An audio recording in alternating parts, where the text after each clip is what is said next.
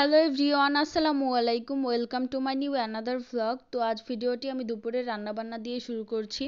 Normally regular আমি rice কুকারে রান্না করি, চুলায় ভাত রান্না করতে পারি না। তো আজ প্রথম রান্না করতে গিয়েছিলাম, আর রান্না করতে গিয়েই ভাতটা পুড়িয়ে ফেলেছি।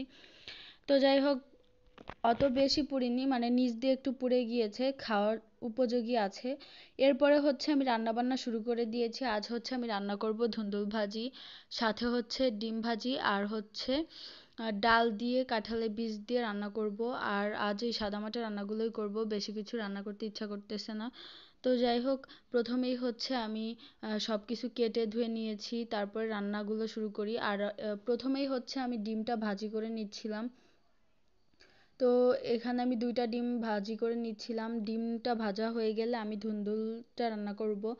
তো এই সবজিটা তো আমার ভীষণ প্রিয়। আর আমি এখানে লবণ, হলুদ, কাঁচামরিচ আর ধুন্দুল দিয়ে কড়াইতে বসিয়ে দিয়েছি। আমি কোনো পানি অ্যাড করব না, কারণ এটা অনেকটা পানি ছেড়ে দিবে। এরপরে ঢেকে দিয়েছি। তো আমার ধুন্দুলটা সিদ্ধ হয়ে গিয়েছে। এখন আমি রসুন, পেঁয়াজ আর একটা শুকনা মরিচ নিয়েছি। এবার এটা ভালোভাবে ভেজে তার মধ্যে ধুন্দুলটা দিয়ে দিব। তো এভাবে নর্মালি আমি ধুন্দুলটা ভাজি করি সব সময়। তো আমার কাছে কিন্তু অনেক বেশি ভালো লাগে। ধুন্দুলটা ভাজি করা হয়ে গেলে এরপরে আমি ডালটা বসিয়ে দিয়েছিলাম। তোর কাঁঠালের বীজ দিয়ে আমার ডাল, ভর্তা, তরকারি, মানে সব কিছু খেতেই ভালো লাগে। তো আজ আমি কাঁঠালের বীজ দিয়ে ডাল রান্না করব। তো ডালটাও কিন্তু অনেক বেশি মজা হয়েছিল। আর আগেই বলে রাখি, আজ ভিডিওটি 2-3 দিন আগে করে রেখেছিলাম এই ভিডিওটি, কিন্তু সময়ের অভাবে আমি আপলোড দিতে পারিনি। তো যাই হোক, এরপরে ডালটাও রান্না করে ফেলি।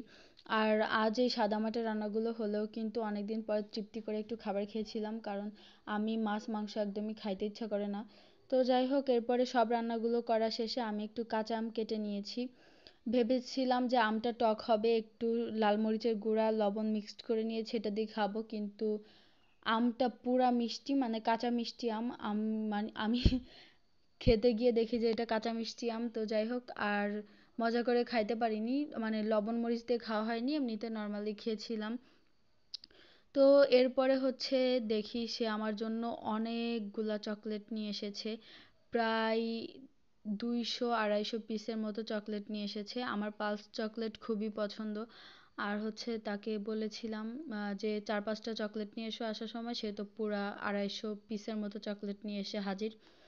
তো যাই হোক, এরপরে আমি সন্ধ্যার সময় একটু ছোলা ভুনা করব ভেবেছিলাম। তো সেই ছোলা ভুনাটা করেই ফেলেছি। যেই কথা সে কাজ, আমি রেগুলারই সন্ধ্যায় কিছু না কিছু নাস্তা তৈরি করি। তো আজ ছোলা ভুনা করেছিলাম। তো আজ ভিডিওটি এই পর্যন্তই। Thanks for watching this videos. ইনশাআল্লাহ পরবর্তী ভিডিও নিয়ে আবার আসছি। সে পর্যন্ত সবাই ভালো থাকবেন, সুস্থ থাকবেন। যারা আমার ফেসবুক পেজ থেকে ভিডিওটি দেখছেন অবশ্যই ফলো দিয়ে রাখবেন। যারা আমার ইউটিউব চ্যানেল থেকে ভিডিওটি দেখছেন অবশ্যই সাবস্ক্রাইব করে দিবেন। আল্লাহ হাফেজ।